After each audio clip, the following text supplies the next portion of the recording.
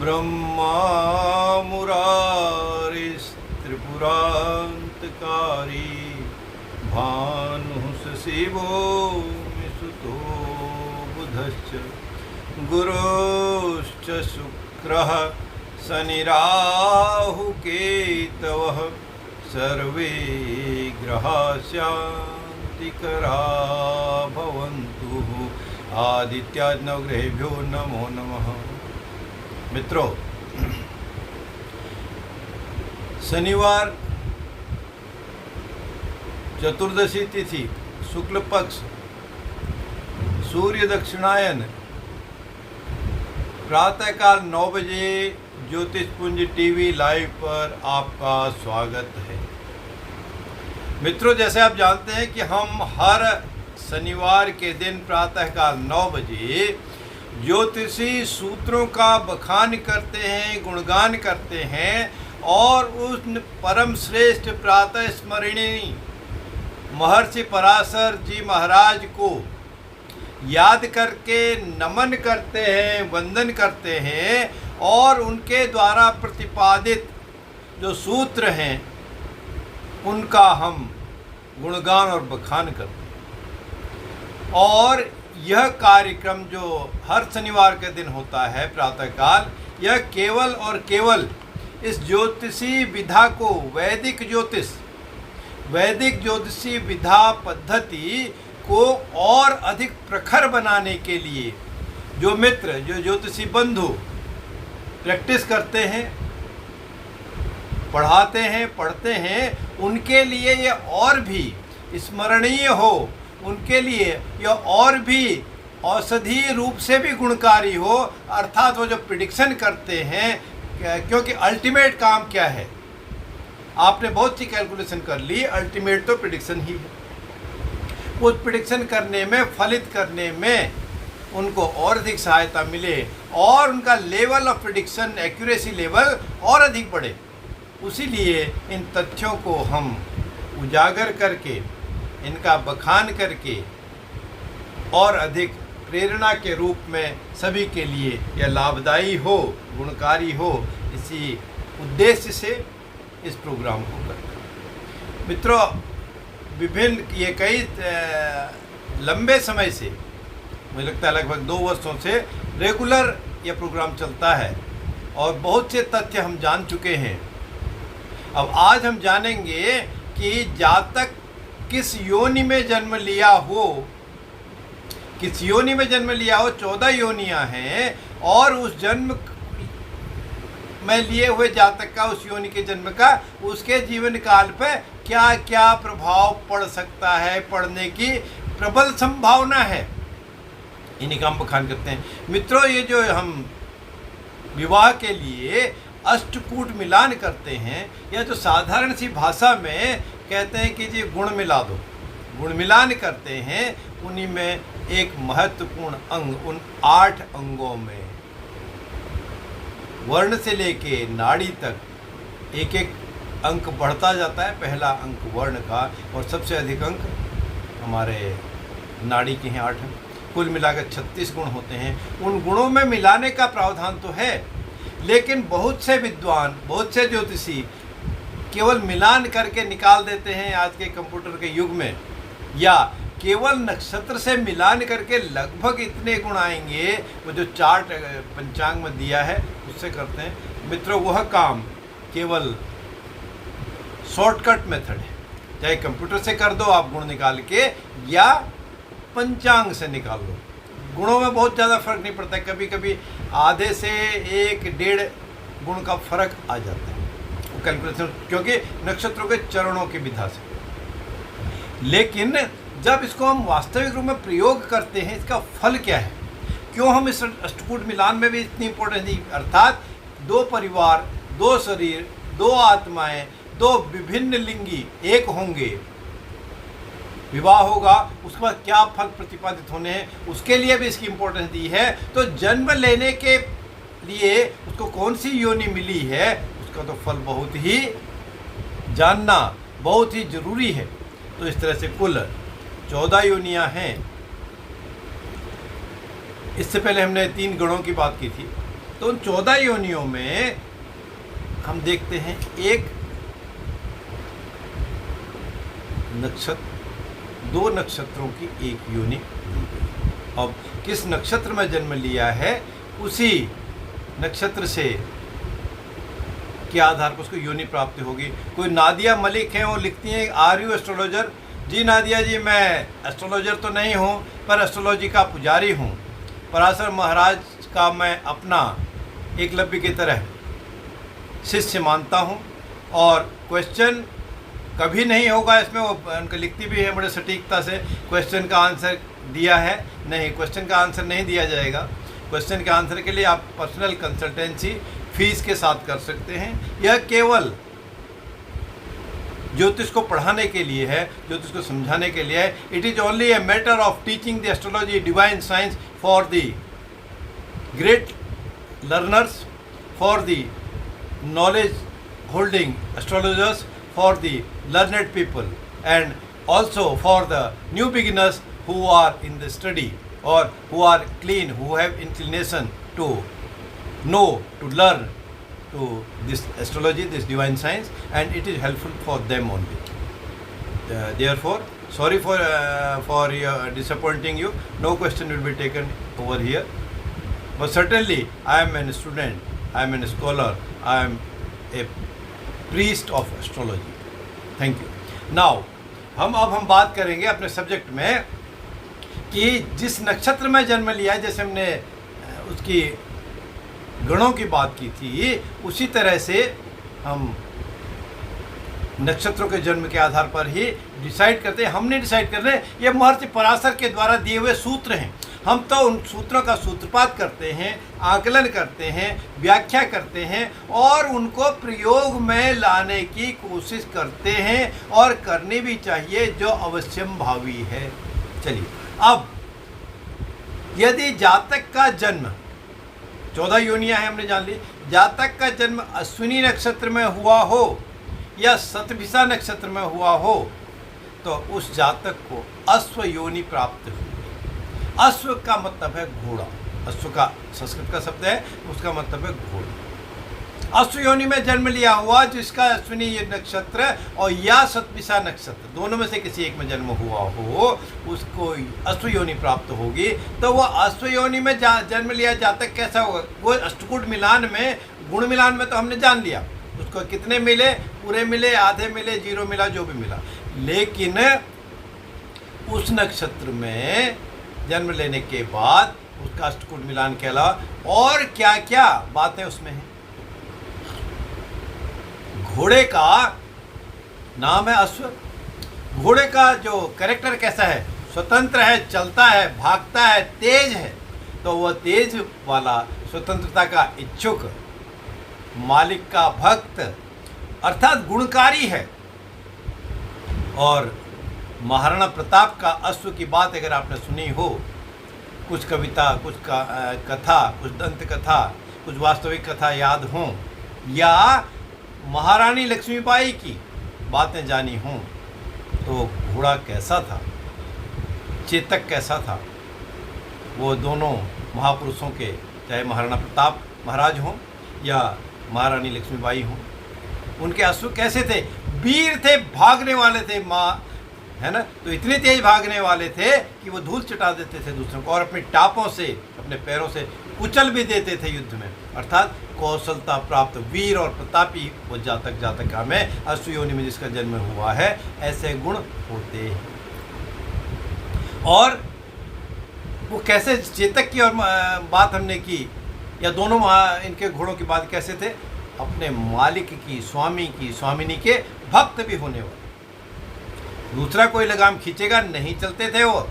अभी भी घोड़ों में ऐसी, आज के समय में भी ऐसी गुण हैं कि वो स्वामी को पहचानते हैं। अर्थात स्वामी भक्त भी हैं, मालिक के अपने भक्त भी होते हैं। और घोड़े का जो स्वर है, हिनहिनाना कैसे करते हैं घोड़ा, हिनहिनाने की तरह उनका भी गले में कुछ इस तरह की हिनहिनाने की आवाज़ आती है। अर्थात जो बात बोलते हैं, जो सुनते हैं, है ना, उसमें कहीं न कहीं कुछ हिनहिनाना सा समझ में आता है। ऐसा गुण लिए धारण किए हुए अश्व योनि में जिस जातक ने जन्म लिया है वह होते। अश्व योनि कब मिलेगी उसको? जब उनको जन्म या अश्विनी नक्षत्र में मिला हो या शतभिषा नक्षत्र में मिला, दोनों में से किसी भी एक नक्षत्र में किसी भी जातक का जन्म हुआ हो, उसको जन्म मिला हो, इस धरती पर ब्रह्मा जी द्वारा उनको ऐसा रचना की गई हो, तो उस जातक जातिका को अश्व योनि की प्राप्ति होगी। और अश्व योनि की प्राप्ति के हमने गुणों का थोड़ा सा बखान करने की कोशिश की है। आपको इससे लाभ होगा मित्रों। आप इन जो सूत्र मिलाते हैं इनको सुनिए, बार बार सुनिए। नहीं, कभी कभी रह जाता है, कभी छूट जाता है, कभी फिर मन करता है आपका सुनने का, तो आप मेरे YouTube channel doctor Lalit Pant पर भी देख सकते हैं। YouTube चैनल पर जैसे आप डॉक्टर ललित पंत देखेंगे उसमें आपको बहुत से वीडियो मिलेंगे, जिनमें से जो आज का वीडियो है यह भी थोड़ी देर बाद उसमें उपलब्ध होगा। और ज्योतिषपुंज में तो है ही है, तो मेरे वीडियो में भी ज्योतिषपुंज में भी दोनों जगह आपको मिलेंगे। प्लस उसके अलावा और भी बहुत सारी चीज़ें मेरे पर्सनल जो वीडियो है ललित पंत, डॉक्टर ललित पंत वाले YouTube चैनल पर, उस पर भी प्राप्त होंगे। उनका आप लाभ अवश्य उठाना चाहिए। दूसरी योनि है मित्रों गज। पहला अश्व था, अब गज। देखिए इसमें बहुत सी चीज़ें नाम आ रहे हैं, किसी न किसी पशु के नाम से आ रहे हैं।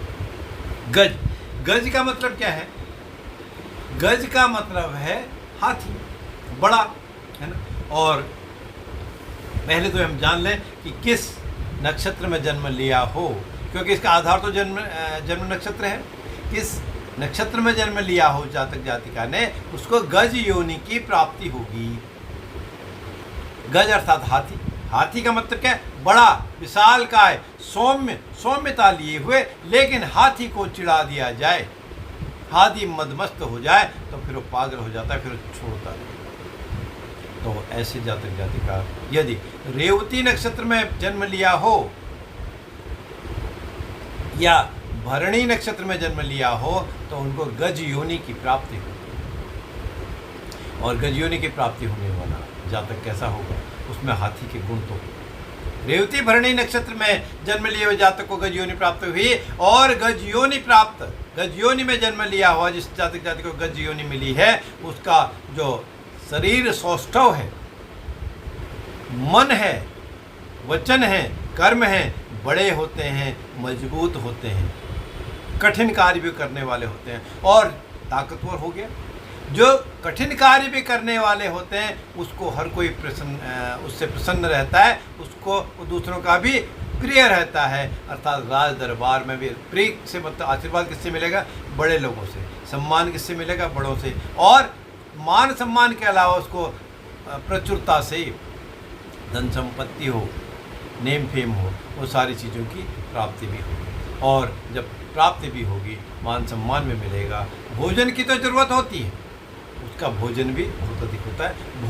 भोग करने की उनमें प्रवृत्ति होती है। अब वो डिपेंड करता है, गज के बराबर शरीर तो इंसान का नहीं होता, लेकिन वैसे उसमें गुण हो और उत्साह वाला, डरते नहीं, क्योंकि हाथी का पैर यहाँ पड़ा तो कुचल जाता, बहुत भारी शरीर। तो ऐसा गज योनि में जन्म लिया हुआ जाता है। एक और योनि की बात कर लेते हैं हम, वो है गौ योनि। गौ का मतलब गाय माता, गौ माता। गौ माता कैसी है? आशीर्वाद देने वाली है। गाय का, देसी गाय का जो दूध है वह अमृत समान है। अभी भी आयुर्वेद में देसी गाय है, उसके दूध से बना हुआ पदार्थ, विशेषतः घी, दूध, दुग्धामृत कहते हैं, उनका प्रयोग होके विशिष्ट औषधियाँ भी बनाई जाती हैं। और उन औषधियों से बहुत से लाइलाज बीमारियाँ भी ठीक हो। तो ऐसी गाय है, ऐसी गौ माता है। वो गौ माता गौ नक्षत्र में जन्म किस नक्षत्र में हो उससे पता चलेगा कि उसको गौ योनि प्राप्त हुई। अर्थात पुष्य नक्षत्र और या कृतिका नक्षत्र में जन्म हुआ हो तो उस जातिका को गो योनि प्राप्त होती है। पुष्य कृतिका नक्षत्र में जन्म हुए जातक जातिका की गो योनि की प्राप्ति होती है। और जो गो योनि होती है वो देने वाली है। गौ माता दूध देती है, अमृत समान दूध देती है। कामधेनु गाय क्या देने वाली, बहुत सा आशीर्वाद देती है। उसका दूध कभी खत्म ही नहीं होता, उसका अमृत कभी खत्म ही नहीं होता। तब क्या होगा, तो गौ योनि में लिया हुआ जातक उत्साही होता है, विपरीत लिंगियों को प्रिय होता है और बोलने में चतुर है। वो उटपटांग बातें, अटपटी बातें नहीं कहेंगे, स्पष्ट बात है, साफ बात, सही बात, सटीकता की बात। और लेकिन एक छोटी सी बात भी है कि उसको कंपैरेटिवली उम्र आयु क्षीण होती है। यह भी कहा गया है, माना गया है कि अल्पायु होते हैं। लेकिन मित्रों, कोई भी जो हम बखान करते हैं, यहाँ जो भी बातें करते हैं, उस बखान से, उस स्टेटमेंट से, एक चीज़ से फाइनल कंक्लूजन नहीं है। जैसे एलोपैथी में भी डॉक्टर लिखते हैं, जब आप कोई भी टेस्ट कराते हैं, है ना, तो लिखते हैं शुड बी कोरिलेटेड क्लिनिकली। तो आप उस तरह से उसको देखिए। इसलिए इसमें भी आपको कोरिलेट करना होगा बाकी चीज़ों के साथ भी। यह थी गो योनि की बात। अगली योनि की हम बात करें। अगली योनि है सर्प योनि। सर्प कैसा है? रेप्टाइल है ना, सांप है, रेप्टाइल है। और रेप्टाइल वाला कैसे होगा, सांप कैसे होता है? चाहे रेप्टाइल आपके सर्प हो या ऐसे ऐसे रेंगने वाले और भी कोई जंतु हों, खतरनाक हैं, क्रूर हैं, क्रूरता लिए। सांप को आप देखो तो चूहे को निगल जाता है, बड़े बड़े अजगरों को देखो तो इंसान को भी, बड़ी चीज़ों को भी, शेर को भी निगलने की कोशिश करता है। कभी कभी मगरमच्छ को भी निगलने की कोशिश करता है, निगल पाए या ना निगल, छोटा मगरमच्छ निगल जाता है। सर्प योनि वाले सर्प की तरह उनमें क्रूरता, उसमें कुछ गुण होते हैं। और वो जो जातक को रोहिणी नक्षत्र में जन्म हुआ हो या मृगशिरा में जन्म हुआ हो, रोहिणी तथा मृगशिरा में जन्म लिए हुए जातक को सर्प योनि की प्राप्ति। और सर्प योनि वाला जातक गुस्सेबाज, फुफकारना, आपने देखा सांप कैसे फुफकारता है, आगे भी फिर भी फुफकारता है। लेकिन तब तक सर्प, कोई सांप किसी को हानि नहीं पहुंचाता जब तक उसको अपने कठिनाई का, अपने कष्ट का, अपने डेंजर का आभास न हो। पैर पड़ेगा, पैर दबा तो तुरंत काट देता है, नहीं तो भाग जाता है। लेकिन फुफकारता है, विष भी छोड़ता है। बड़े अजगर, बड़े सांप तो वो ठीक है, आते ही है, नाग आते ही है। इसलिए हमको सर्प योनि वाला ऐसा होगा, क्रूरता लिए। और चंचलता वाला है सर्प, क्या लपटते भागते हैं, पानी में भी भाग रहे हैं, पेड़ में भी चढ़ जाते हैं, जमीन में भी भागते हैं, कांटों में भाग रहे हैं, कहीं भी चले जाते हैं। अभी कुछ दिन पहले एक न्यूज आई थी, किसी एक सज्जन के स्कूटी के डिक्की में वो फिट हो गया। उसने तो पेट्रोल के लिए डिक्की खोली, उसमें तो सांप था, बड़ी मुश्किल से उसको निकाला गया। अर्थात क्रूर है, चंचल है और चटोरापन लिए हुए। सांप को भी खुशबू आई, यहाँ चूहा है तो घुस जाता है बिल में भी। और सांप का जहाँ सिर चला गया वहाँ फिर पूरा शरीर चला जाता है, कितना ही लंबा हो, कितना ही छोटा उसका वो बिल हो, छेद हो। तो चटोरा लिए हुए। लेकिन जब कोई चीज़ मिल जाती है, किसी ने कोई उपकार कर दिया, किसी ने कोई हेल्प कर दी, तो उसको कृतज्ञता मानने वाले भी सर्प योनि में लिए हुए जातक। मित्रों, आज हम योनियों की इतनी बात करेंगे। एक बात और भी कह सकते हैं कि योनि से मतलब, ठीक है, अष्टकूट मिलान में तो हम बात कर रहे हैं, उसमें तो अंक मिलते हैं, लेकिन योनि का सीधी सी बात, जो फीमेल गुप्तांग है उसका प्रयोग किया जाता है। लेकिन ये ज्योतिष का योनि का मतलब है किस नक्षत्र में वो जन्म लिया है, उसके भी कुछ उसमें गुण मिलेंगे, उसमें फल मिलेंगे। इस तरह से इनको प्रयोग करने से हमारे को और प्रिडिक्शन करने में और अधिक आसानी होगी, गुण होगा, फ़ायदा होगा, हम और आसानी से, अधिकता से उसकी प्रिडिक्शन कर पाएँ। मुझे लगता है कुछ लोग जो पहली बार शायद जुड़े हों, कोई आर ठाकुर है, कविता आर ठाकुर हैं, नवल जी भी हैं, वो कोई डिटेल दे रहे हैं। मित्रों, इस प्रोग्राम में प्रश्न की व्यवस्था नहीं है, किसी तरह का कोई प्रश्न लेने की सुविधा नहीं है। आप ज्योतिष पुंज के विद्वान ज्योतिषियों से संपर्क कर सकते हैं। अपने आसपास, आपके आसपास जो विद्वान हैं उनसे भी मिल के बात कर सकते हैं, पूछ सकते हैं। मेरे से मिलना चाहते हैं तो मेरा नंबर 9818885137 है। इसमें फ़ीस के साथ सशुल्क विद फ़ी आप बात कर सकते हैं। फ्री की व्यवस्था मेरे पास नहीं है। जय राम, जय जय श्री राम। आने वाले शनिवार के दिन इसी योनि के बाकी बचे योनियों की हम बात करेंगे। जय श्री राम।